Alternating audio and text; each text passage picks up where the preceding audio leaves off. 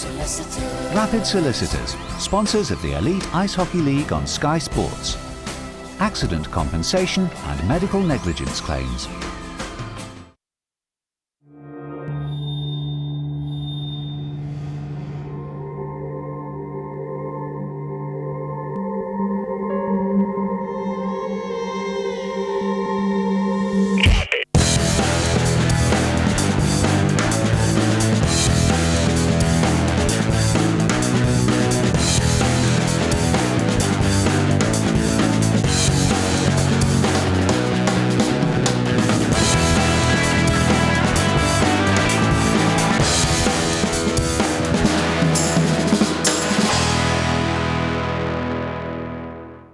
Hello and welcome to the Rapid Solicitors Elite Ice Hockey League highlight show here on Sky Sports. It's 2013, the second half of the season, or what we like to call the business end of the year. Here's what we've got coming up for you this week.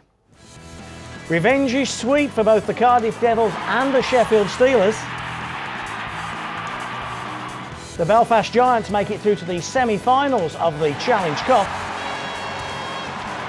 And we have all the goals, all the actions and all the fights from around the Elite Ice Hockey League. A very good evening to you. Happy New Year, and Happy New Year to our guest Ron Shudra, of course the former Edmonton Oiler and Sheffield Steeler and Hull Stingray and Coventry Blaze and more clubs than Jack Nicklaus. Happy New Year to you, Ron. You too, Dave. 2013 starts, but 2012 wasn't a bad year, was it? It was exciting, great. It was tight, it was tense, and it shows we've got a lot to look forward to in the next 3 months ahead. Definitely, it was a great start to another great year here in British ice hockey. You know, there's been plenty of ups and downs and plenty of things to talk about. We'll see later in the show. There's plenty of talking points, but we've had some great players come in and come out and go out of the country as well, which has brought the game up for us. Throw a word at you, parity. The league wanted it. It's why they went for the conference system, and there seems to be parity. A lot of one-goal games, overtime games, penalty shot games we see on here. The parity's worked, hasn't it? It has. I mean, that's what you're getting now. You're getting the games to be a little bit more intense. You're building rivalries. Sure, there's local rivalries and things, but now you're getting conference rivalries as well. And teams are obviously going out and working that much harder, or it seems to be. The games are getting a bit more underneath each other's skin. You're playing each other more. Things are getting to players a bit more, and they're working harder to get the results. They are indeed. Right, let's get straight into game action. This wasn't an inter-conference game. It was the poor old Braehead clan who were under strength, undermanned, got illness and injury problems. Last place they wanted to go was the Odyssey Arena in Belfast. They got on the bus though, and off they trotted. Who won this one, Chris? Short bench Braehead went into the Odyssey Arena with only 8 skaters, and they shocked the home side. Former Sheffield man Burnstill setting up Hayward at the back door. It's his 7th goal of the season for Hayward, and the home side were behind, 5 minutes and 9 seconds gone. But as you would expect, Belfast came roaring back into the game. And at 14:38, a well-worked goal, Sandrock and Rycroft in goal, and Stewart scoring in front of the net. 14:38 saw a 1-1 scoreline, bit of afters after the goal went in, but nothing to really write home about. To period 2 then, and we saw a flurry of goals. First of all, it is the visitors on the power play. Just 21 seconds into the period, sees Drew Miller, the NHLer, score his 14th goal of the season. The only NHLer now left in the league. He was on target, as I say, for a 14th time. 26:01 saw Mason and Clark combine, and new signing Surratt scored his first goal for the club. So it was a 2-2 scoreline. But back came Braehead once more. They led for a third time. On the power play again, this time Nicoletti from right point. Once again, advantage Braehead. But back came the Giants for a third time. This time, Peacock and Clark combining. It was a clever pass from Clark, setting up Sandrock, an 8th goal of the season. And we're going to overtime in this dramatic clash in the Odyssey Arena. Who would get the extra point? Well, it was to be the Belfast Giants. Right on the doorstep was Stewart for his 2nd of the night and the game-winning goal. Final score in the Odyssey, Belfast 4, Braehead Clan 3. They put up a good show, didn't they, the Braehead clan, but still going down to the Belfast Giants. And I guess like all good teams, Belfast finding a way to win. It's what you got to do when you're at the top, isn't it? No matter what you do during the game, as long as you come out at the end with the right result, and sometimes you got to dig for it. And Braehead, it's tough, isn't it, when you are under strength, undermanned, but so often those under strength, undermanned teams do find a way to hang in a game, and that's what Braehead did there. You do. I mean, I think you adjust your play a little bit to try and compensate with injuries or an illness. You know, you might not be as aggressive at certain times during the game, and you know, even if it's taking time whilst you're doing a line change, nice and slow and relaxed, getting kicked out of a face-off, it gives you a couple extra seconds. It's something to do to delay it and just build your energy back up. We've seen startling goals. We've seen super sexy highlight goals from great players this year, but so many of those big American leaguers that have come over, they love their 4-footing in goals, don't they? And we saw 2 from Gregory Stewart, and he's had a great year for the Giants. Let's take a look at his 2 goals right now on the screen behind us. And I know when we were talking through the clips earlier on, you were impressed by him. Yeah, I mean, if you watch with him, you know, he goes to the net, he goes in the dirty area, top of the crease goal. You know, there's plenty of guys around him, but no one's actually taking the body away from him. Again, here he goes right to the front of the net, right to the dirty spot that we always say. Hard place to make a living. Must love it. You know, you'd take 50 goals from 3 inches, wouldn't you, if you could? Absolutely, and it's those goals that normally end up winning you a championship. They're the goals that win you the tight, close games. Definitely, the gutsy goals, the ones where you have to go and work really hard to get to the area like that, and you're battling 2 and 3 guys in there to do it. Okay, time for more action. Inter-conference action now. Hull Stingrays taking on the Edinburgh Capitals, and the Five Flyers taking on the Dundee Stars. 2 crackers. The Stingrays laid siege to the Edinburgh goal in the first period. 16 shots they had. In fact, a game total of 41 shots on goal. In the first period, a power play, Tendler, Osman and Dooley involved. Tendler started it off and he finished it too. 11:33 gone. You see here the clever pass that sets him up right on the doorstep to redirect past Pavlovsky. 1-0 to the Hull Stingrays. There was more chances as the game went on, as I mentioned, on the doorstep there. Andre and Dooley setting up Cloutier. A chance for Patry. He was denied. Ben Bounds was on his way here to a 24-shot shutout. Plenty of chances then too for Edinburgh. And it balled over as well. An incident off the play, Silverthorne and Leanweber getting involved, and then both sets of players coming together. And amongst that melee, Leanweber and Silverthorne, well, they still want to go, and eventually they managed to just free themselves, and the referee and linesman, they let them go, and you can see that Silverthorne has the better of this fight. Plenty of rights and lefts as well. Leanweber really struggling to stay on his feet, then the jersey begins to come over his shoulder, but that's a win for Silverthorne and a win for the struggling Hull Stingrays. Stingrays 1, Edinburgh 0. These 2 sides had met a few days earlier in Dundee and there was a bit of needle. So what would happen in Fife? Well, the Flyers went ahead after a good piece of individual skill on the doorstep by Hogg for his 15th goal of the season at 3:18. But back the other end, it was started by Tim Krause, McLean and Krantz involved, and Hutchins on the doorstep with his 2nd of the year to make it a 1-1 scoreline. The Stars began to get more shots on goal. They thought they'd scored, but the whistle had gone by Neil Wilson, so that one was washed out, so still 1-1.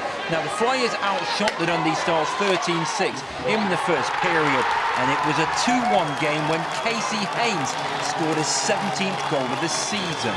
The Stars were then outshooting the Flyers in period 2, but you wouldn't tell by the scoreline. First of all, a great piece of individual silky skill there by Hogg, set up Chamon for a 14th goal of the season.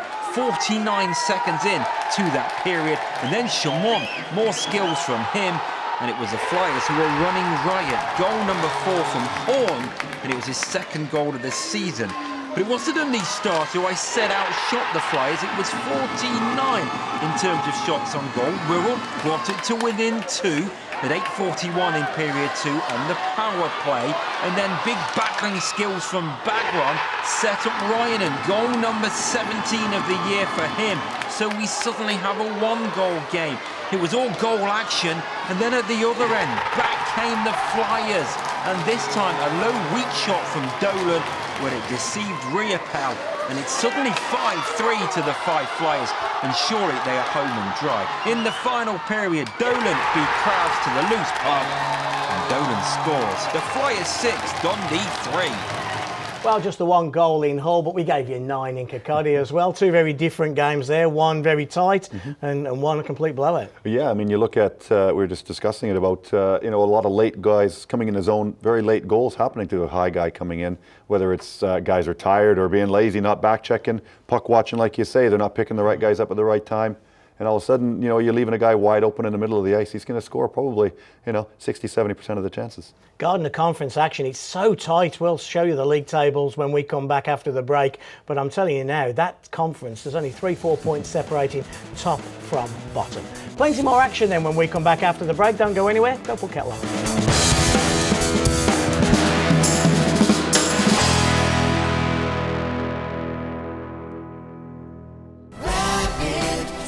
Sponsors of the Elite Ice Hockey League on Sky Sports.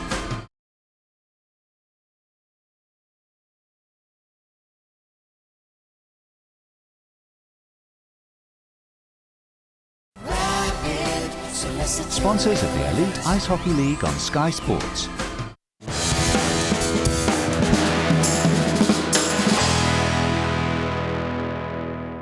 Welcome back to the Rapid Solicitors Elite Ice Hockey League highlight show here on Sky Sports. Now, on last week's show, we saw the Boxing Day game between the Cardiff Devils and the Coventry Blaze. Paul Thompson's team getting 2 valuable points in the Big Blue tent. Well, the following evening, Jared Adams took the Cardiff Devils into the Skydome Arena. He was looking for revenge. Did he get it, Chris? A quick chance for Cardiff to make amends following the Boxing Day defeat in their own barn to the Blaze, and they went ahead in the first period. Marsh and Gimlet setting up this goal for Blight, a 14th of the year. 1-0 Cardiff at 12:30. 61 seconds later, Adams couldn't clear the zone. Gillespie setting up Cameron, a 12th goal of the season, and the game was level at 1-1. Still time for more action in period 1. Kenton Smith, left-hand side. He scores. 23 seconds to go in the period. It's 2-1 Cardiff. The goal was reined in then. First of all, just 1 goal in the second. Cowley making it 2-2. But it was the third period where we saw goals galore. From the face-off, Coventry lose possession, and you can count the seconds actually. 10 seconds had gone in period 3. The D didn't clear, and Davis getting his first of the night to make it 3-2 Cardiff. The period wasn't 4 minutes old when Davis was on target again. A great goal there. He celebrates his second of the night then, an 8th of the season. And things got better and better. With the man advantage, the visitors are patient, and Blight in the left circle takes his time for his second goal of the night. And even before the 10-minute mark of the third period, Blight turns provider. Faulkner involved as well here, and Gimlet on the doorstep gets the rebound. 6-2, and the visitors have made up for that Boxing Day defeat. There's still time though for 1 more goal in the game, but before that a fight. Mike Egner of the Coventry Blaze going toe-to-toe with British youngster Josh Batch. Egner gets the good start, but to Batch's credit, he stands up and stands tall and starts to get some rights of his own. Egner comes back hard, but look, Batch comes back, Egner comes back, Batch comes back once more. A terrific fight by the British youngster, and the two of them have a good long battle. Eventually it turns into a wrestling match, but the Cardiff players and the fans will be very proud of their British player. So 6-2 at that stage, 1 more goal in the game, and it's Bileski who starts this move. He comes forward right-hand side. There's some deflections in there, but he gets his 9th goal of the season. Coventry 3, Cardiff 6. Coventry Blaze always winning Cardiff. Cardiff Devils always winning Coventry. 2 very evenly matched teams, similar buildings. Yeah, definitely. The makeup of the team is very similar as well. If you look at the styles that they both play, you alluded to it before, just with the way the buildings are as well. They're very short in a neutral zone. The ices, can be, hit and miss. So you really got to get things quick and easy, get it to the net. A lot of the goals that were scored were get a quick shot on net, let it bounce around amongst 3 or 4 guys, and whoever comes out with it can put it in the net. Do these 2 teams get the puck to the net better and quicker than any other? I think they do. To be fair, you look at the big building teams, and you got that extra step or that extra couple inches or feet, whether that, if that's what it is. Here, you get the draw. You got a guy in your face within a split second. There's a stick or something there. So you got to, as a defenseman, get it in the shooting lane and get it there quick, and you don't see big wind-ups. You didn't see them in those. Yeah, some of these goals we're going to show now show that. In fact, the Russ Cowley one to start us off with. Yeah, I mean, look, quick 1-2, a little wrist shot, float it at the net, go to the net, and battle it out in front. The puck's going to be there at some point, and you don't win games, you don't win face-offs. Same small building, again, nothing. That's a nice finish. It's a fantastic finish. Nothing done wrong except for the guys put it in the back of the net. Here again, you don't win the draw, you don't get that goal with a set play as well. 2 quick passes is in the back of the net. Here, just outright strength and speed. What do we say about the late guy again? Too many guys focusing on the net, on the play. Guy in front of the net not taking the coverage properly, and it's in the back of your net again. Nottingham we saw last week, didn't we? And last week's show won the game 1 of the series, if you like, against the Sheffield Steelers. Game 2 on the 27th. We're going to see highlights now, and you and I are going to talk through those. A very different game, 8,000 in the arena, and Sheffield getting their own back as well.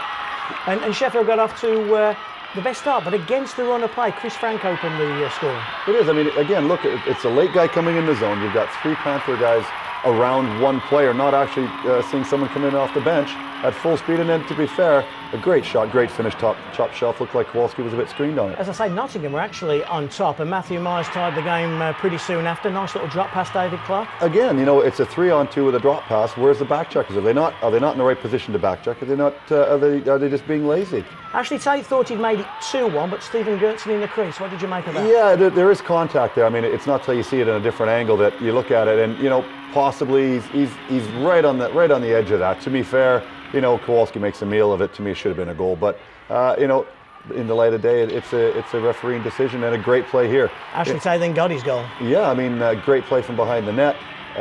Here's the big talking point of the night: Simon Ferguson, Kelsey Wilson. Yeah, stepping off the bench and making this sort of play is totally unprofessional. Let's put it that way. It's a blatant attempt to injure, in my opinion. You're not going against a guy's shin pads or something like that to give him a little bit of a love tap. That's across the stomach where there's nothing a lot. He got a 5 in the game. He later got a 3-game suspension. On that 5-minute power play, just 1 goal came from Tyler Michel. Yeah, again, it's a guy going and finding the puck. He's hunting the puck out, trying to be in the right spot. Rebound comes from the back of the net. Here, a quick second period. Drew Fader straight off the bat. Yeah, a quick little wrist shot. You see, you're getting the puck away quick. You're not giving the goalie a chance to set up, and it's back again. Here, it's Myers ripping one through again. Not a lot of time for a goalie to set up. Ashley Tate getting a little deflection on it. You see a lot of these sort of goals where they're deflecting it in from the point, but you can't check a guy's stick all the time. Gallivan then brought it back to 5-2. This was the big goal for me. It was the Ashley Tate hat-trick goal, the 6-2 goal. I think that kind of put Nottingham to bed. Yeah, if you look at that one from behind, you don't know, does a defenseman get a piece of that? And it almost looks like it freezes Kowalski in front. He freezes on it, thinking, is it going to go up or down? And I think that's why it beat him in the long run. I tell you, this Francis for me is having a great second year with the Nottingham Panthers. He never stopped in a lost cause all night. Yeah, I mean, again, that's just a great second effort diving play you don't see very often. The player puts it to a position on the ice and then you just get a piece of it. Roddy Sarich. That, to me, summed up poor old Kowalski's night. He'd had a great night the night before. He didn't have a good night in Sheffield, and he should have won that one back. He would like to have that one back, but you look at the defenseman on the play. Why are you letting a left-handed guy come across the middle of the ice? Why aren't you forcing him down the boards to take that shot where he doesn't get the middle of the ice? Jonathan Phillips rounded off the Sheffield Steelers scoring. That made it 9-2. But again, another guy coming late in the zone and no one to pick him up. If you look, everyone is watching the puck. I was surprised this never happened before it got to 9-2, but eventually Lepine and Nottingham's tempers spilled over. They had to show something back. Yeah, of course. You've got to, it is a bit of a rout, but you've got to stand up a little bit here just to say, well, we're not going to let it go that easily. We'll see you next sort of game and try and build on something into your next battle. Let's put it that way. This was a good little scrap, wasn't it? Gallivan and Limpride. Yeah. Two guys going at it pretty good. They both connected early. Both took a couple, and then it's not necessarily the guy on the bottom that loses. To me, that's a pretty even fight all the way through. Some great exchanges in it. Nottingham rounded off the scoring. It was in fact that man Gallivan who made it a final score of the Sheffield Steelers 9, the Nottingham Panthers 3. I mean, just looking at that, 9-4. Just looking at that scoreline, you would think, crikey, what's up with Nottingham? But they're in such a great run. a blip, I think. Yeah, that's you all, can. isn't it? You're allowed to have certain time like that. I mean, you obviously don't want to do it in such a heavy rivalry game, back to back sort of thing. But if you look at it, did the night before take a little bit out of them too much? Was it hard or was it not? Do you keep going? You've played in those games, 15,000 over 2 days. It must be emotionally draining as well. But they're the games you want to play in, aren't they? Yeah, you want to be in games like that because like we were saying, you've got the rivalries building and growing. You got the old rivalries, and it is tough. I mean, right from the get-go, Sheffield come out, get a goal fairly early.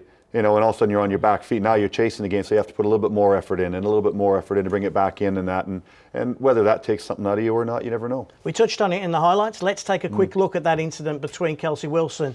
It's just after the Steelers' second goal. It's yeah, I mean, like I say, I mean, there's no need for it. It's blatant. It's a terrible hockey play. Let's put it that way. To me, it warrants a lot more of a suspension than that. Just from a player point. He got 3 games. It didn't seem enough to me. Your thoughts on 3? I don't think so. You look where the slash is. I mean, that's a pretty soft area for equipment as well. The player goes down. What if it's anything worse? What if there's ribs involved, internal stuff? Like I said before, it's not on shin pads. It's not it's not something in the play where it's a slashing penalty. That's something where guys are skating off the ice, nothing you're expecting to happen, and something like that happens. First time I seen it, 5 to 10. 3, I think, is weak. Weak indeed. Okay, time for a break. When we come back, plenty more action, plenty more goals, and of course, all your fixtures for next weekend. Plenty still to do. Don't go anywhere.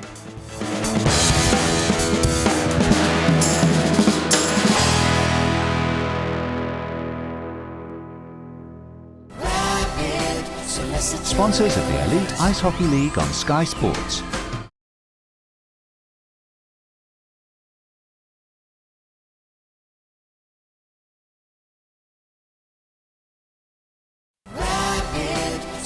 Sponsors of the Elite Ice Hockey League on Sky Sports.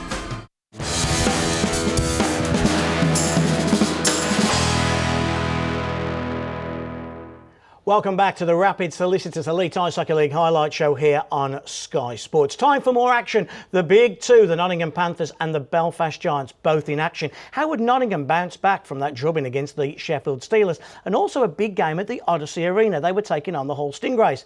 Yes, it was a big game because as well as an Elite League game, this one also doubled up as the second leg of the Challenge Cup quarter-final. Remember, the Giants held a 3-1 advantage after leg 1. Who was going through, Chris? Dundee arrived in Nottingham with 5 defeats on the trot away from home and only 67 seconds gone at the NIC and they were behind. Ling's pass from the left-hand side, setting up Graham for a 19th goal of the season. But the visitors had hoped of a shock result when they scored in the first period. 14:33, Krause and Watkins setting up Hutchins for a 3rd goal of the season. But only 23 seconds later, Matthew Myers and David Clark combined, and Jordan Fox with an 8th goal of the year put Nottingham 2-1 ahead. That came at 14:56, and then 2 minutes later it was a 3rd goal for Nottingham, this time Clark and Fox. They combined to set up Beckett from right side, so 3-1 Nottingham at the end of the first period. Then Ling wins a face-off, Werner from right side, and Graham gets his 2nd goal of the night. That's goal number 20 of the year, and Nottingham moved into a 4-1 advantage. Still, the goals came Nottingham's way to period 3 now, and Gallivan getting his 1st of the night from left side, Francis and Fox setting him up. That was 5-1.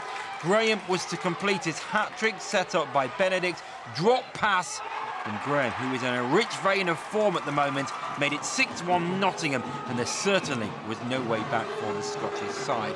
6-1 became 7-1. Francis and Lakovic working well to set up Graham. Goal number 2 of the night and 15 of the season. So that was 7-1 Nottingham. And to put the icing on the cake for the home side, in front of a crowd of 4,521, Francis scored right on the doorstep. Nottingham 8, Dundee 1. Giants went ahead inside the opening 10 minutes. New signing Surratt scoring his second goal of the season at 8:57. The game doubled up as a Challenge Cup quarter-final second leg. The Giants won the first leg 3-1, but the Stingrays were back in the game. 1-1 when Tendler scored in the left circle, his 22nd goal of the season. But then it was the Giants' turn to take some momentum. First of all, on the rebound, Surratt, second of the night and third of the season at 12:38 on the power play. Less than a minute later, it was Stewart falling as he shot to make it 3-1, and then it was 4-1 before the period was out. Right on the doorstep was Clark, a 13th goal of the year. So 4-1, surely the league points were in the bag, and a quarter-final place turning into a semi-final place. Well, Tendler got his second goal, and then he got his third goal on the rebound, a hat-trick then. So 4-3. The game was level at 4-4 when Silverthorne scored, so only 2 goals in the cup tie. But the Giants were to go through 8-5 on aggregate in the cup and win the game 5-4 when Peacock scored early in the third. Well, despite a Jeremy Tendler hat-trick, it was a victory for the Belfast Giants. They also go through first team to progress to the semi-finals of the Challenge Cup. That Jeremy Tendler, we were just talking as he was scoring again there. Every year we say, the big clubs are not going to go anywhere near Tendler. They'll leave him in Hull. But sooner or later, if you keep getting 35, 40 goals a year, Belfast, Nottingham, Sheffield are going to say, hold on a second. We're taking a punt, paying good money for an American League guy who might not. Somebody's going to take a punt on him, aren't they? You never know. I mean, at some point, like you say, someone's going to have to take a chance. But is it taking a chance on someone that's consecutively scoring that many goals? Even if he goes from, let's say, a 40-goal scorer to 25, is that a bad thing? No, not at all. It's 25 goals. It's still the pretty argument good. is that, of course, that he's put in positions in Hull that he perhaps wouldn't, he wouldn't get as much ice time, he wouldn't get as much power play time, he wouldn't get as much short-handed time. Tendler scores short-handed for fun. Yeah. But when you score as freely as he does, it's... But then you also look at it, do you have, nothing against the players that are on the teams there, do you have more players actually being able to feed him in a situation where is he just a sniper? Yeah. One of the teams that might take a look at him, Nottingham, they bounced back, convincing style, a hammering, didn't they, of the Dundee Stars? Yeah, I mean, it's one of those things. Was it just a bump in the road? Obviously it was, wasn't it? Yeah. Time for more hockey action now. Fife versus Braehead. Dundee Stars versus the Cardiff Devils. All yours, Chris. Dundee's home form has been one of the great things about their start to the season. More recently, it hadn't been so good, but the Stars were looking to end 2012 on a high. But they fell behind in the first period. Good move involving Gimblett and Blight, and Faulkner with goal number 25 of an exceptional season. So 1-0 Cardiff, early stages of the first period. But the home side came back into it. Wirral and Bagran setting up Ryanen, the former Panther, scoring goal number 18 of the season. To period 2, and a neat move in front of the net saw Wirral score. Bagran and Baxton with the assist this time. 23-43 gone. It's 2-1 to the home side. But then on a breakaway, Blight with goal number 16 of the year for him. And it's 2-2 in period 2. Still time for one more goal in that second period. Hutchins with a shot across Azur for a 4th goal of the season at 36-41. A 1-goal game then going into the third period, and on a 2-on-1 break, Bagran across Azur again. Ryanen and Wirral with the assist. So the advantage went to the home side once more. They were 2 goals in front. There we see a penalty shot being caught by referee Neil Wilson, and Faulkner has a chance to score goal number 26 of the year. Normally you'd rely on him, for once he misses. But what a game it was for the Dundee Stars. They beat the Cardiff Devils, Dundee 4, Cardiff 2. Going into this game, there was a touch of the sixes about it. 6 losses in a row for Braehead, 6 home wins in succession for the Flyers, and they were ahead in the second period. Keller unmarked into the offensive zone, and Chamont with the first goal of the game. And it got even better.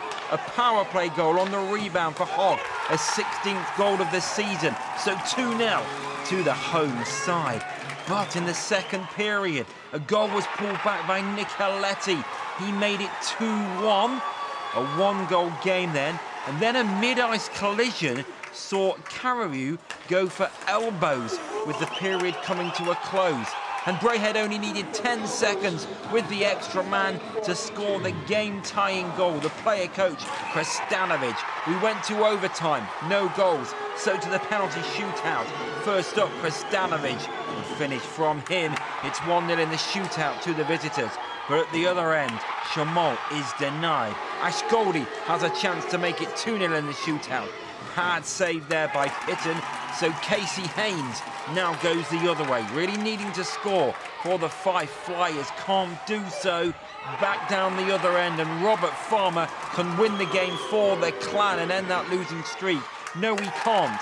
So can Zemlak, on his return to the Flyers, become a hero for the Clan? No goal, and he is the hero of the hour. Final score, 5-2, Braehead 3. Congratulations, top job done there by Mike Will in goal for the Braehead Clan. That's some coaching move, isn't it? Krestanovic pulls there. His team's in trouble. It's not winning very many games. He's short-handed, and he pulls his import netminder going back into the former rink where Zemlak gets all the kind of hassle and abuse and everything he's going to get from the Kirkcaldy faithful. Will sets up to the mark and wins a shootout as well. Top job. Well, sometimes it's what you got to do, maybe to wake up your netminder. Yeah. Has he been playing well? Is he getting too many shots? Is your team, not doing anything in front of him? It's reading the players that you have on your team, and obviously that's a great effort, great saves in the shootout. Fantastic job. I don't know if you know Jordan Krestanovic. You look in his eyes, and he's got winner, and he's got run his grandmother over for his team. Good, as you should do. And he showed it there. He scores in the game. He scores the only goal in the penalty shootout. He's trying to lead his team, isn't he? Yeah, it's what you have to do, isn't it? You lead by example. You put yourself in a situation to be shot down. When things aren't going right, yeah, it's your fault. When things are going right, yeah, it should be your fault as well. But you have to push your players to want to be in the position that they want to be in, which is starting the new year off on a good note. Just a quick one. Dundee Stars, Cardiff Devils, the longest bus trip. Cardiff again failing in Dundee year on year on year. They have trouble up there, but a great win for Jeff Hutchins' team. Yeah, I mean, again, a team's coming in after that, such a long bus trip. But what do? You don't give them any breathing room, do you? You've got to jump right away. And the faster you can do it, the quicker you do it. Get it behind them, work them. Don't let them get the legs in. And try to exploit everything that you can with your building and do everything at such a level that the team coming in from such a long journey just can't get in the game.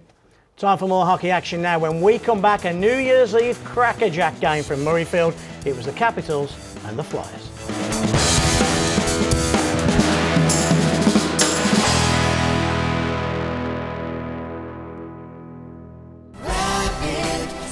Sponsors of the Elite Ice Hockey League on Sky Sports.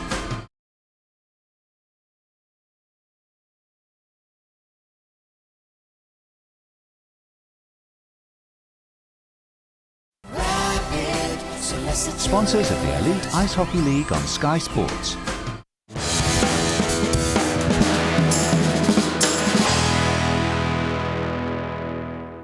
Welcome back to the Rapid Solicitors Elite Ice Hockey League highlight show here on Sky Sports. Well, you know the old saying, New Year's Eve, where'd you want to spend it? Well, they reckon the most popular place in Europe is Edinburgh.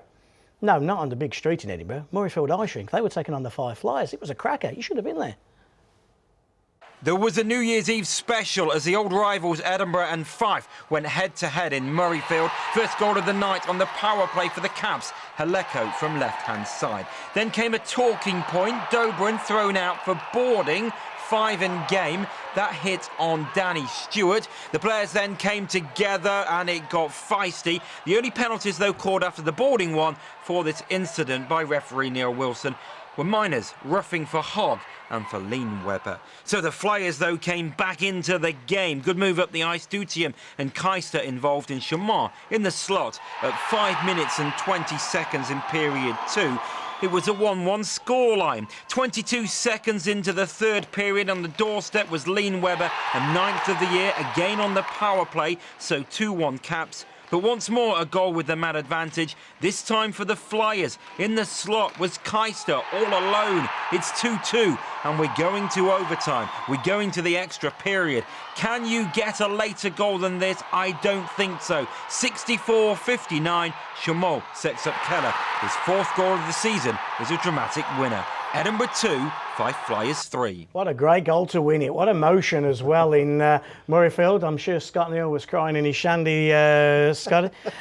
But What a way. I mean, for those big games to be ended on such a cliffhanger of a time, just 1.4 seconds left. Yeah. It's great. If you look at how the goal came about, with a lot of pressure in the other zone, what we say to all the junior kids is don't turn the puck over and turn it out blindly. What happens on the replay of it, player behind the net just turns and throws it back out in front of the net. Overtime's the worst time. There's less guys on the ice. You're pinching down. If your defenseman's caught sleeping, that's exactly what happens. Were they going for that? Were they going for their own goal? Yeah. And you get in your own mind that there's someone there, so you're pushing down a little bit, and all of a sudden the puck gets popped out behind you. And it is a great finish if you watch it. It's a great first pass. It's a quick pass as well. Quick pass, 2-on-1. You step over the blue, and the D-man is just opening up, looking to try and take a bit of a shooting lane away from you. You zip it underneath between stick and feet, and then a great 1-2 forehand backhand up top over the glove off the post. Great positioning, great goal. It was a great goal. Let's see it again. We'll see the highlights here, and you can talk us through. Here it is, exactly. You got it down low. Give it away early, and now look. Now everybody's chasing. Now it's a foot race. Who's going to catch who? And they don't do it. There's the open up, backhand, forehand. Goalie doesn't get set. Top of the net. Great goal to finish it. Great goal to finish it. Great emotion. Great night. I think there was nearly 2,000 people in Murrayfield as well on New Year's Eve. It doesn't get any better, does it? You're definitely going to be happy, aren't you, going out? I don't know if Scotty was going to be happy.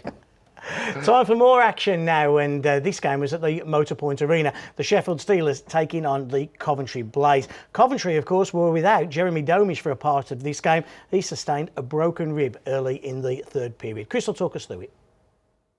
The Blaze outshot the Steelers 10-8 in the first period, and they went ahead with the only goal of that session. On the doorstep was Cameron after strong work from Ogson down the right-hand side. But then in period 2, it was a case of Sheffield outshooting Coventry 17-7. First of all, though, we saw a scrap. This time, two unlikely candidates, Ross Venus against Lee Esders, the British players going toe-to-toe for a good while as well.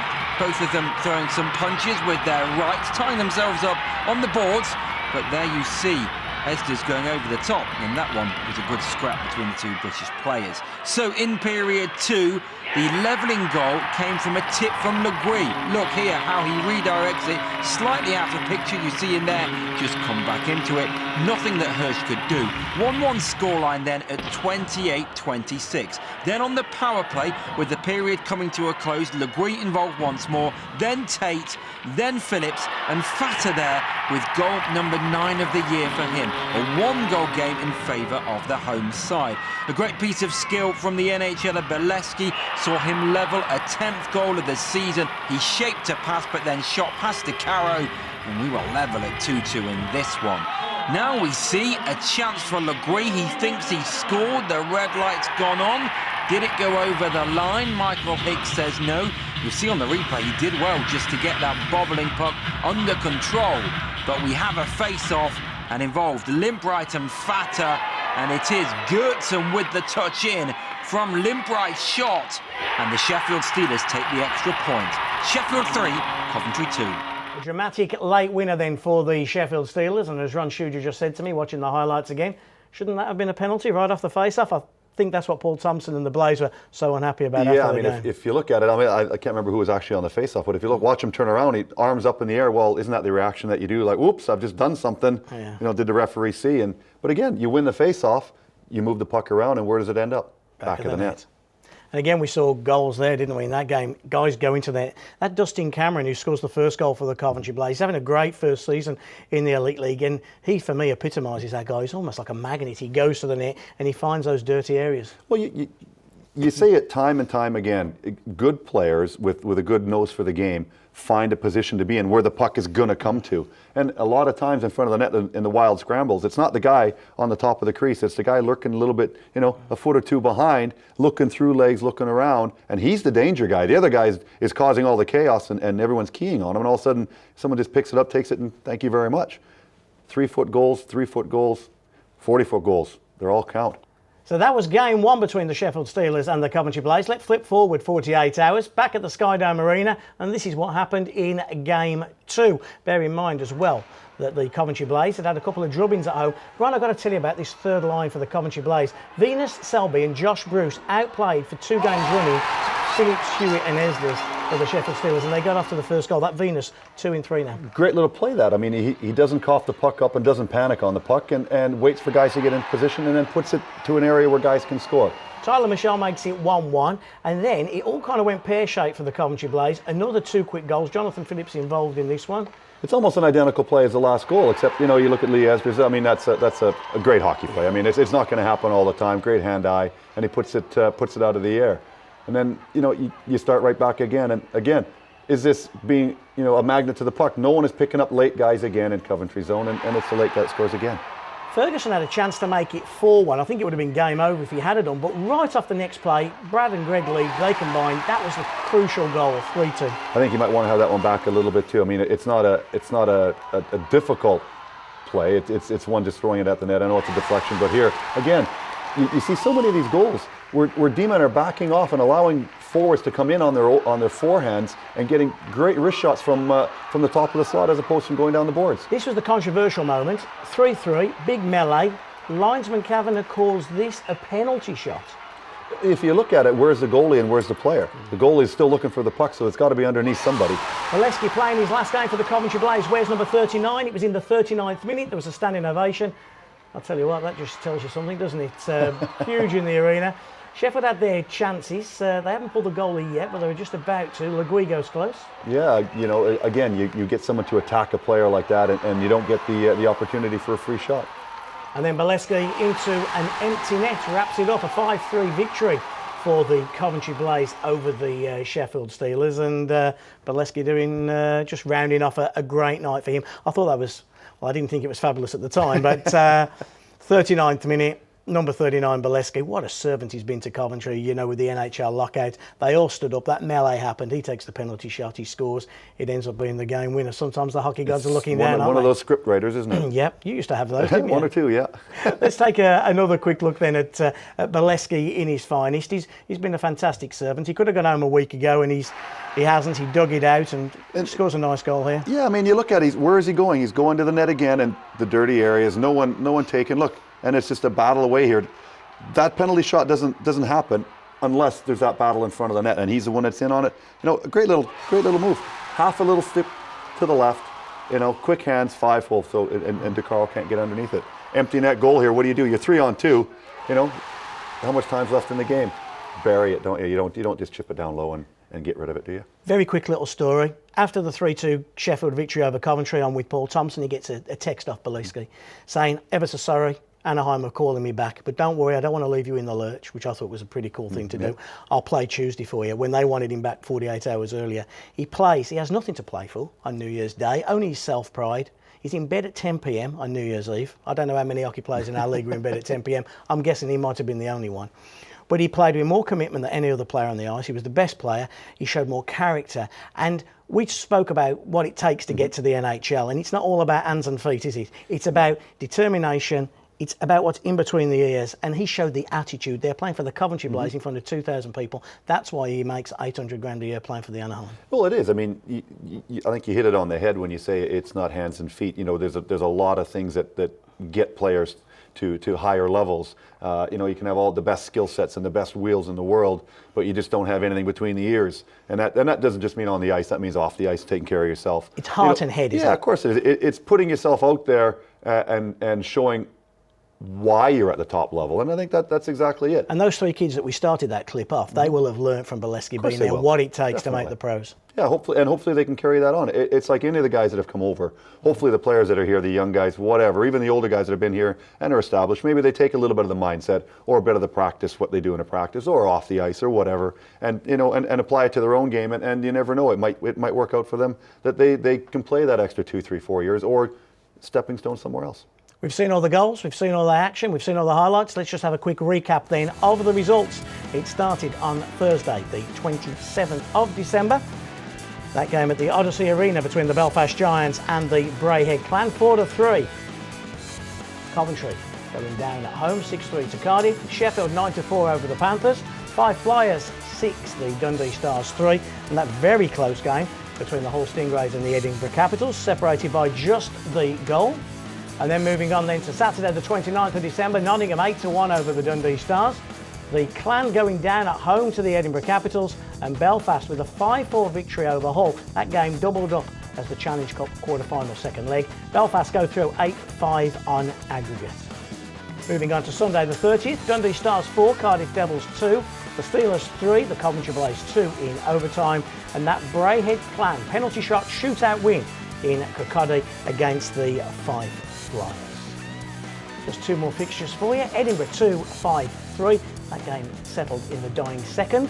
And the Coventry Blaze going back on winning ways. 5-3. A great show from Valesky, beating out the Sheffield Steelers. So let's take a look how the conference tables look. They're close, aren't they? 23, 23, 22 in the Earnhardt division. But then just take a look at that Gardner Conference. 20, 18, 17, 17, 16. So if we shuffle the pack, put them all together, this is what we come up with.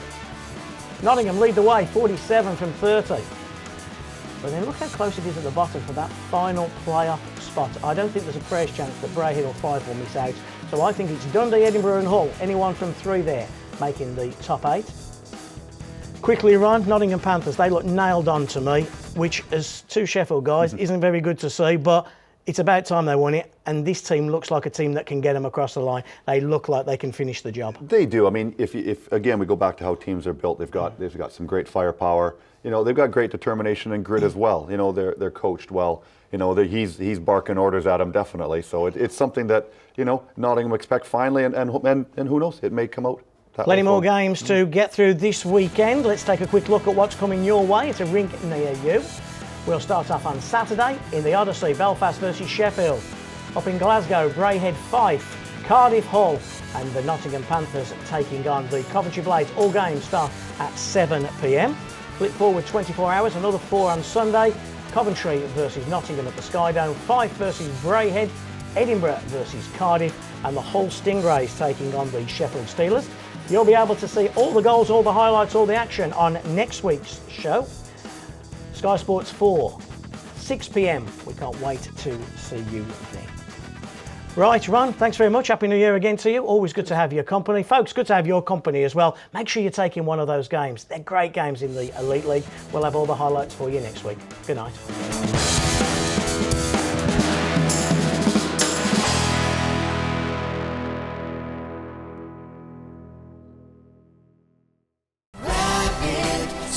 Sponsors of the Elite Ice Hockey League on Sky Sports.